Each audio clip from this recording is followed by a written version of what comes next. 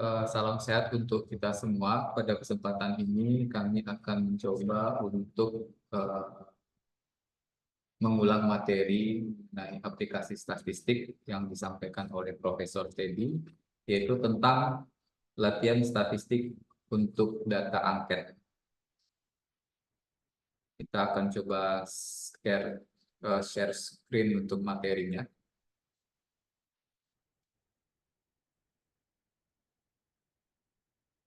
Baik, berikut adalah materinya. Praktek statistik bisnis kasus angket SEM. Ini adalah materi dari Profesor Teddy Chandra. Dalam membuat suatu tesis ataupun penelitian, yang paling utama adalah kita harus mengetahui terlebih dahulu mengenai permasalahan atau fenomena yang terjadi pada suatu objek yang akan kita teliti. Misalkan contohnya pada eh, data yang ditampilkan, di sini bisa dilihat terjadi penurunan kinerja karyawan dari tahun 2018 sampai ke 2020. Nah, terjadi penurunan di sini, bisa dilihat dari angkanya, dari 4,01 di 2018, kemudian di 2020 menjadi 3,94. Untuk membuat suatu penelitian, setelah kita mengetahui permasalahan atau fenomena yang didapat melalui data-data yang akurat, maka kita akan dapat membuat suatu judul. Contohnya, misalnya di sini adalah judulnya eh, pengaruh, ya, pengaruh eh, motivasi dan penerapan disiplin terhadap, nah terjadi ada kinerja tadi, ada penurunan kinerja karyawan.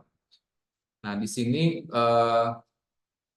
kita mempelajari dahulu apa-apa saja yang mempengaruhi kinerja karyawan yang kita dapat melalui data-data, teori-teori, ataupun penelitian-penelitian. Nah, di sini kita mengambil contoh yang mempengaruhi kinerja berdasarkan penelitian dan data-data adalah motivasi dan penerapan disiplin. Nah, kita akan membuat judul mengenai pengaruh motivasi dan penerapan disiplin terhadap kinerja karyawan dengan sanksi sebagai variabel intervening pada PT Pelita Pekanbaru. Nah, maksudnya di sini adalah sanksi menjadi variabel intervening, yaitu motivasi dan disiplin melewati sanksi itu dapat mempengaruhi kinerja dari karyawan PT Pelita Pekanbaru. Di sini kita bisa membuat pola pikir pemikiran seperti berikut. Nah, ini yang dimaksud dengan tadi sanksi sebagai intervening, di mana motivasi di sini melalui proses sanksi itu bisa mempengaruhi kinerja karyawan, ataupun disiplin melalui proses sanksi itu bisa mempengaruhi kinerja karyawan. Bentuk pola pemikiran seperti ini bisa dikerjakan melalui metode PET atau metode SEM, di mana variabel dependen atau Y itu ada dua. Nah, jika variabel dependennya cuma satu, itu kita bisa menggunakan metode regresi seperti ini. Ini adalah variabel dependennya atau Y2-nya cuma satu dan independennya dua, maka di sini bisa menggunakan metode regresi. Tapi kita saat ini fokus untuk mempelajari SEM atau metode PET. Nah, setelah kita membuat judul di mana motivasi dan penerapan disiplin terhadap kinerja karyawan dengan sanksi sebagai variabel intervening, berarti maksudnya adalah tadi seperti yang kita tunjukkan tadi adalah metode SEM atau metode PET seperti ini, sanksi melewati motivasi melewati sanksi mempengaruhi kinerja. Kemudian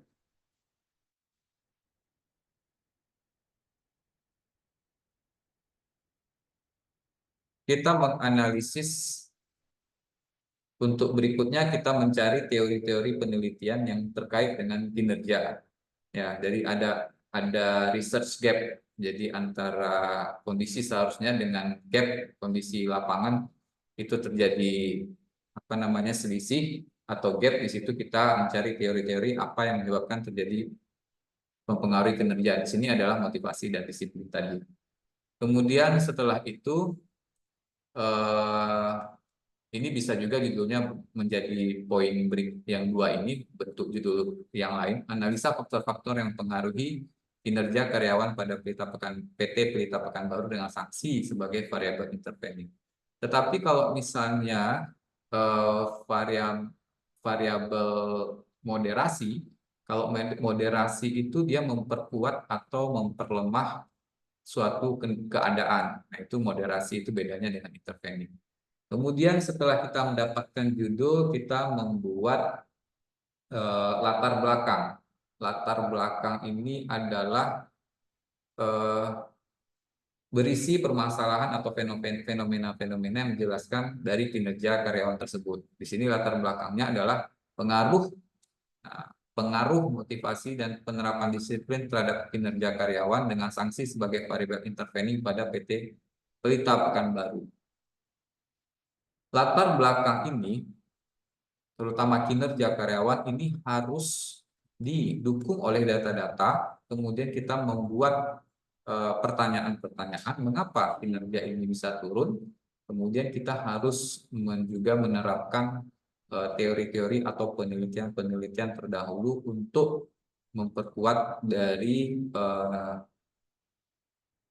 kinerja karyawan yang akan kita lakukan penelitian. Nah, setelah kita membuat latar belakang, kita membuat rumusan masalah. Rumusan masalah seperti poin 1, apakah terdapat pengaruh motivasi terhadap sanksi pada Pelita Pekanbaru sesuai dengan pola pemikiran yang tadi sebelumnya sudah disampaikan? Apakah terdapat pengaruh penerapan disiplin terhadap sanksi? Apakah terdapat pengaruh motivasi terhadap kinerja? Apakah terdapat pengaruh penerapan disiplin terhadap kinerja? Apakah terdapat pengaruh sanksi terhadap kinerja karyawan? Ini bisa dilihat dari pola pikir seperti model penelitian seperti ini. Apakah terdapat pengaruh motivasi terhadap kinerja, pengaruh motivasi terhadap sanksi, kemudian pengaruh disiplin terhadap kinerja, itu menjadi rumusan masalah. Rumusan masalah. Kemudian bisa juga ditambahkan, apakah terdapat pengaruh motivasi terhadap kinerja karyawan dengan sanksi sebagai variabel intervening. Nah, ini maksudnya seperti ini, apakah terdapat pengaruh motivasi terhadap kinerja karyawan dengan sanksi sebagai intervening atau motivasi mempengaruhi kinerja melewati sanksi. Nah, itu yang dimaksud dengan mediasi atau intervening. Itu bisa juga sebagai tambahan dalam membuat rumusan masalah. Setelah rumusan masalah kita buat, kita membuat tujuan penelitian untuk menguji, yaitu tujuan di sini untuk menguji pengaruh motivasi tadi terhadap sanksi, kemudian untuk menguji pengaruh penerapan disiplin tadi terhadap sanksi, kemudian untuk menguji pengaruh motivasi terhadap kinerja, untuk menguji pengaruh penerapan disiplin terhadap kinerja, dan untuk menguji pengaruh sanksi terhadap kinerja karyawan pada PT Pelita Pekanbaru. Setelah kita membuat tujuan dari penelitian kita akan membuat manfaat penelitian. Kepada siapa penelitian ini berkontribusi, kepada siapa? Kepada perusahaan atau kepada kantor dinas tenaga kerja Pekanbaru, itu secara manfaat praktis.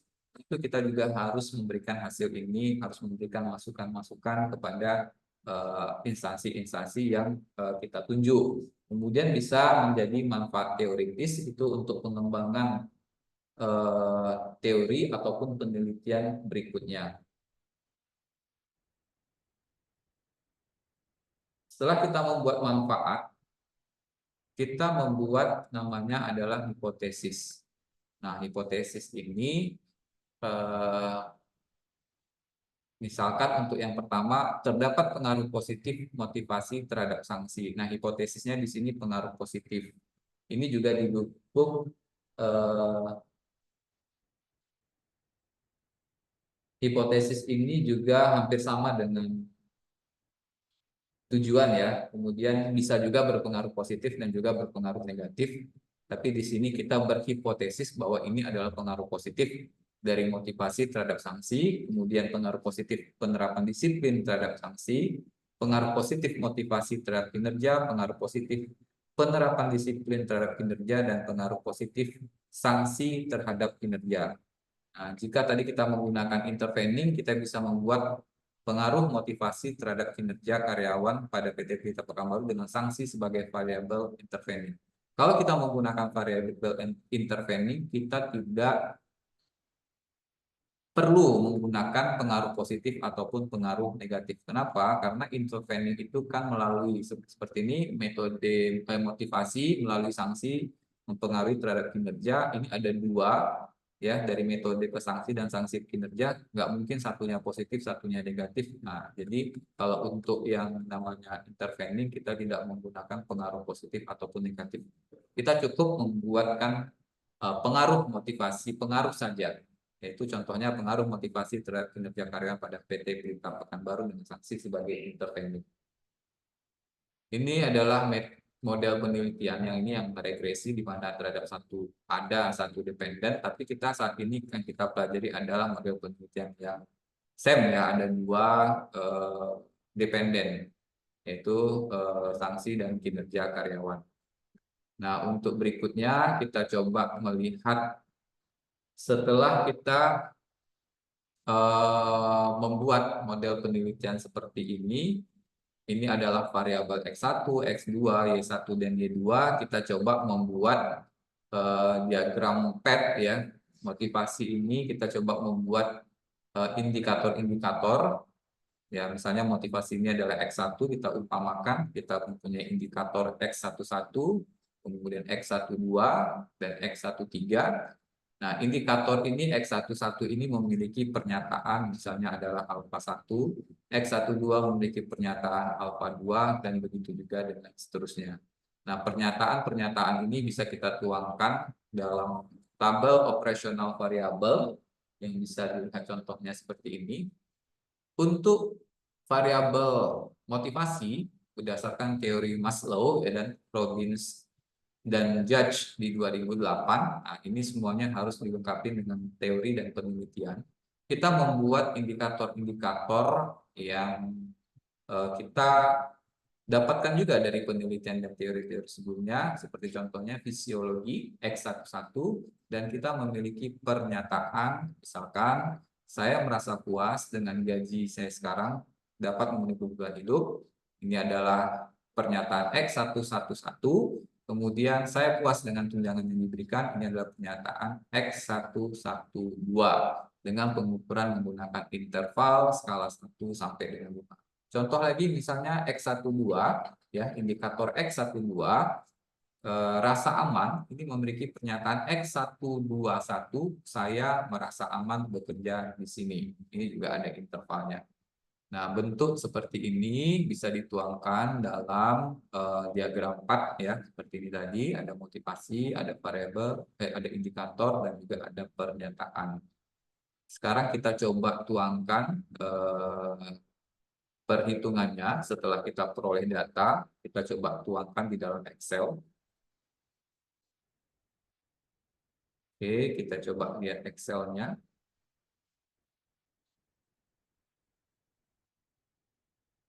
Nah, di sini kita mempunyai data, yaitu data responden. Respondennya di sini sebanyak, contohnya misalnya di sini ada sekitar 100 responden.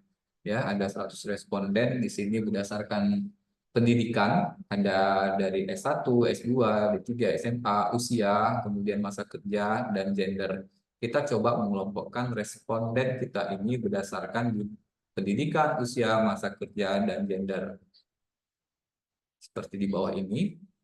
Nah, kita sudah memiliki data dari responden kita. Ya, ada seperti ada masa kerjanya 10 tahun, masa kerja 12 tahun, ada usianya 38, ada pendidikannya S1. Ini kita coba data-data ini kita tuangkan ke dalam bentuk profil. Misalkan kita beri skor 1 sampai 7 untuk SMA, D3, S1, S2 ini adalah pendidikan. Kemudian Gen Z, Gen Y, Gen X ini adalah kita kategorikan ke dalam usia, di mana lebih kecil dari 28 tahun ya Gen Z, 28 sampai 43 Gen Y, 44 sampai 59 Gen X. Kemudian ini masa kerja kurang dari 6 tahun, kemudian 6 sampai 10 tahun, ini ada gendernya laki-laki dan perempuan. Data-data sudah kita peroleh melalui angket, kita sekarang mencoba untuk melihat berapa jumlah dari responden kita yang tamatan SMA. Nah, di sini kita bisa menggunakan perumusan CONIF. CONIF ya sama dengan CONIF, kemudian kita tarik. Ini kita coba lihat. Nah, CONIF kita tarik data dari responden 1 sampai dengan responden 100 seperti ini ya, dari F3 menuju F107, 102. Nah, menuju ke 102, ya ini ya menuju 102. Kemudian yang mempunyai skor 1 atau F107 itu ada berapa? Kita pengen tahu. Itu ada 2 orang. Nah, kemudian untuk yang D3 sama perumusannya. If dari F3 sampai F102 ini untuk usia dengan skor 2 atau disebut juga dengan D3 ya, ini ya D3 itu ada berapa? Kita coba hitung, atau F108 itu ada berapa? Kita coba lihat itu adalah 1 orang. Nah, begitu juga perumusan ini bisa dikopikan terus ke bawah. Kemudian kita bisa lihat melalui sum ya, apakah jumlah ini sudah benar ya, ini sudah benar respondennya ada 100. Kemudian begitu juga dengan usia. Gen Z ini kita kategorikan di bawah 28 tahun. Nah, di sini kita buat sama dengan CONIF untuk yang usianya ya, di sini. Nah, di sini ada usia. Di sini sudah eh, kita buat.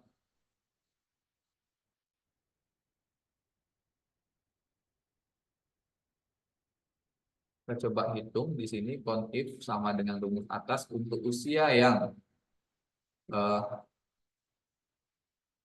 ya dari G3 ke G102 yang dengan skor 1 atau menyatakan Gen Z itu ada 13 orang. Kita menggunakan CONIF. Nah, sebelumnya kita juga mengidentifikasikan di sini, sebelum tadi CONIF terlewatkan, kita mengidentifikasikan untuk S1, kita mengidentifikasikan jika B3 atau poin ini ya yang saya tunjuk, jika B3 sama dengan SMA, maka dia berskor 1. Jika B3 adalah D3, maka dia skornya adalah 2. Jika B3 adalah S1, skornya adalah 3. Jika if B3 sama dengan S2, skornya adalah 4. Nah, ini kita buat dulu di sini untuk mengidentifikasikan tamatan dari responden kita dengan pola rumusan Excel seperti ini. Makanya di sini ada angka 3 untuk S1, kemudian untuk S2 di sini ada 4 ya. Di sini disebutkan if B3 S2 maka nilainya 4. Begitu juga dengan usia, kita juga identifikasikan dulu. If C3 di sini ada kolom usia, if C3 kurang dari 28, maka dia skornya 1. Jika if C3 kurang dari 44, skornya adalah 2. If C3 kurang dari 60, skornya adalah 3. Nah, di sini 38 ini adalah kurang dari 44, makanya skornya 2. Begitu juga dengan 34 kurang dari 44, maka skornya adalah 2. Begitu seterusnya kita kopikan ke bawah rumus ini. Nah, kemudian untuk berikutnya masa kerja. Masa kerja ini kita kelompokkan menjadi di bawah 6 tahun, seperti ini di bawah. Ini masa kerja di bawah 6 tahun, 6 sampai 10 atau di bawah 11, 11 sampai 15 atau di bawah 16, 16 sampai 20 atau di bawah 21. Ini juga kita buat skor. If D3, ini adalah D3 ya. Nah, ini 10 angkanya masa kerjanya. If D3 kurang dari 6, maka dia skornya 1. If D3 kurang dari 11, maka skornya adalah 2. Nah, karena 10 di sini nilainya, makanya di sini 2. If D3 kurang dari 16, skornya 3. If D3 kurang dari 21, skornya 4. If D3 kurang dari 26, skornya 5. If D3 kurang dari 30, skornya 6. Nah, di luar itu skornya 7. Nah, kalau misalnya untuk masa kerja yang 12 tahun, ya seperti yang di D4 ini, maka dia masuk ke 12 tahun itu di bawah dari 16 tahun, berarti nilainya 3. Makanya di sini untuk masa kerja 12 tahun memiliki nilai 3. Nah, begitu juga untuk gender. If E, nah di sini gender ini, if E sama dengan L, makanya nilainya 1. Kalau bukan L, maka poinnya adalah 2. Karena di sini P dan bukan L, maka nilainya adalah 2. Baik. Kemudian kita coba menghitung, tadi kita balik lagi ke CONIF, mencoba menghitung berapa jumlah responden yang di bawah masa kerja 6 tahun dengan menggunakan rumus CONIF. Ya, CONIF kita lihat masa kerja, di situ kita tarik H3 menuju H102 dengan skor 1, itu ada 37 responden. Nah, ini bisa kita tarik rumusnya ke bawah. Nah, ini kemudian kita memiliki 100 responden. Begitu juga dengan gender. Gender ini kita kelompokkan ada 38 dan 62 laki-laki dan 62 perempuan sehingga jumlahnya adalah 100. Kemudian ini nilai ini adalah menunjukkan Y2 ya, variabel Y2 dengan indikator 1 dan pernyataan 1. Di sini yang memilih adalah 4 orang. Nah, ini data ini kita dapat dari angket yang kita buat ya. Kemudian untuk usia S1, untuk orang pendidikan S1 dengan usia 34, masa kerja 12, itu yang mengisi di sini untuk pernyataan 211 ada 4 orang. Nah, di sini ada untuk variabel Y2 ada 1, 2, 3, 4, 5, 6. Ada 6 pernyataan.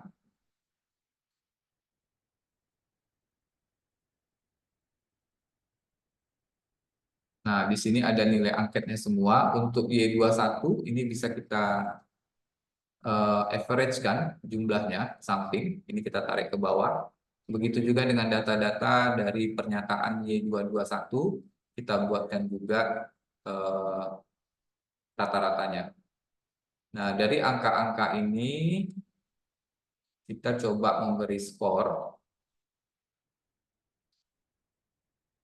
Nah, ini kita rata-ratakan dulu dari untuk Y211, kita rata-ratakan dari atas ke bawah dengan cara sama dengan average J3 ya. J3 kita rata-ratakan dari atas J3 ke untuk Y21 sampai Y21 habis. Ini ada J102 ya, berapa rata-ratanya kita enter. Ini kita tarik samping. Nah, untuk mendapatkan rata-rata. Nah, kemudian ini adalah rata-rata dari Y21, Y12, Y213, Y214, dan Y215. Ini adalah rata-rata dari Y221. Kemudian kalau untuk Y22 ini adalah rata-rata dari Y221 dan Y222. Nah, begitu seterusnya. Kemudian kita memberi skor, ya, skor 1, 2, 3, 4, 5. kita ingin mengetahui untuk yang menjawab satu di Y211 itu berapa orang. Nah, ini kita coba menggunakan mengetahui jumlah orang yang responden yang menjawab satu ya di pernyataan Y211 ada berapa orang dengan menggunakan rumus sama dengan conif J ya J3 sampai dengan J102 yang menjawab satu itu ada berapa orang itu ternyata 0. Nah, kemudian yang menjawab 2 juga 0, yang menjawab 3 di 211 pernyataan 211 itu ada 23 orang. Nah, ini bisa kita copy. Kita copy terus ke samping ya. Kita copy ke samping untuk mempermudah atau mempercepat proses pengerjaan. Ini di copy seperti ini ditarik aja. Ya, kemudian bisa ditarik ke bawah. Oke, nah seperti itu contohnya. Ke samping juga bisa seperti itu ya.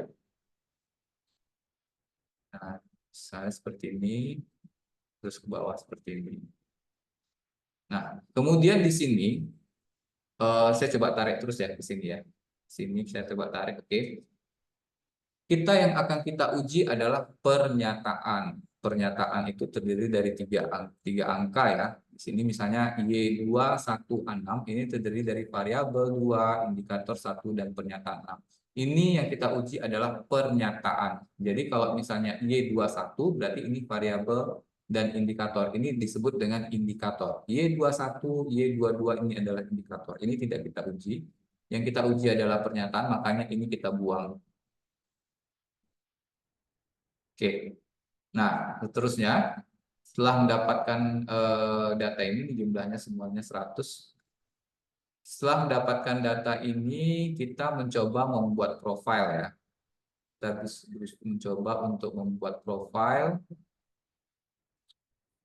dengan cara kita copy.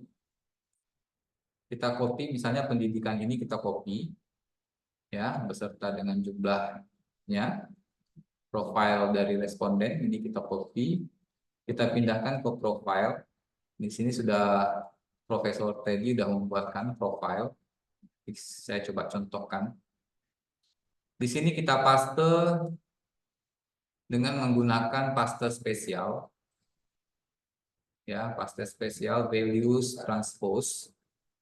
Nah, muncul di sini di mana eh, untuk SMA ada 2, untuk D3 ada 1, untuk S1 ada 3, untuk S2 ada 4. Ini berbeda dengan data Profesor Teddy karena Profesor Teddy menggunakan 103 variabel responden. Di sini ada 100 responden ya.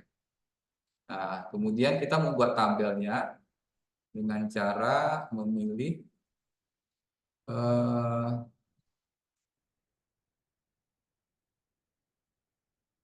kita membuat tabel ya insert ya. Kita insert, kita buat yang model pie misalnya seperti ini. Nah, ini udah jadi datanya. Kemudian kita berikan nilai, ya kita masukkan angka. Nah, seperti ini. Ini contohnya udah ada angkanya. Kemudian bisa kita jadikan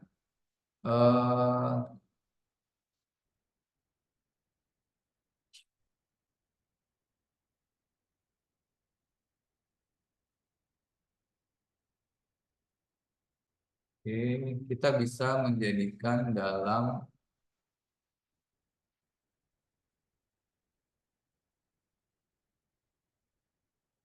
seperti ini. Nah, ini seperti ini 93% itu adalah S1 ya yang warna hijau, S2-nya 4% kisaran. Kemudian eh, nah ini contoh pembuatan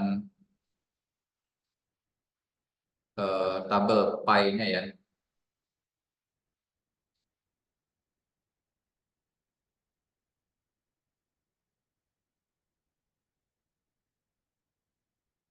Kemudian Kita coba contohkan lagi. Kita coba contohkan lagi untuk membuat profil yang kedua.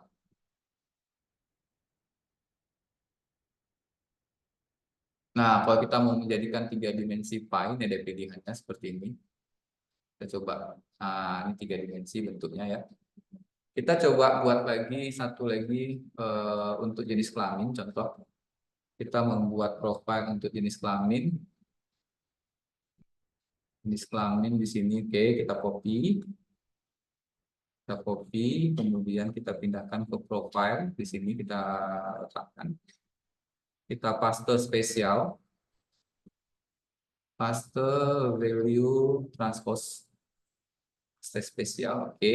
Kemudian kita coba rapikan dulu sedikit, oke. Oh, sorry.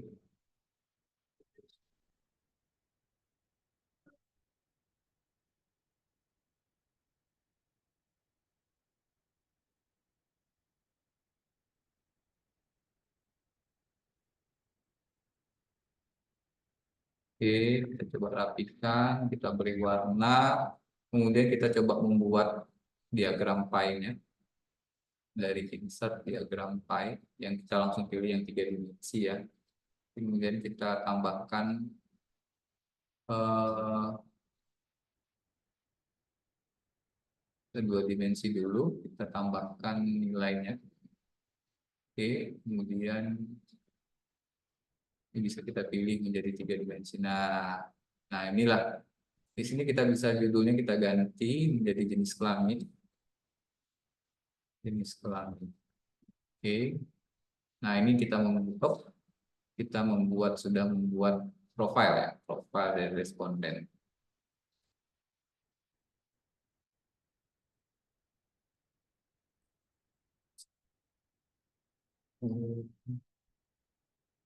Hasilkan sedikit. Nah ini cara membuat profil dari responden. Kemudian kita membuat persepsi ya dari data-data yang kita dapatkan tadi. Kita mencoba membuat persepsi. Di sini kita copy indikator yang ada, misalnya Y211 ini kita copy, ya caranya kita copy semua yang variabel 2 ini kita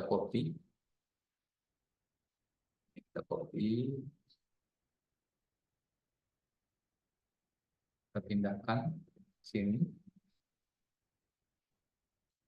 misalnya di sini kita letakkan. Kita menggunakan paste spesial transpose. Nah, seperti ini. Ini Y21, Y212, Y213, 214, 215, 216, Y21 udah sama ya.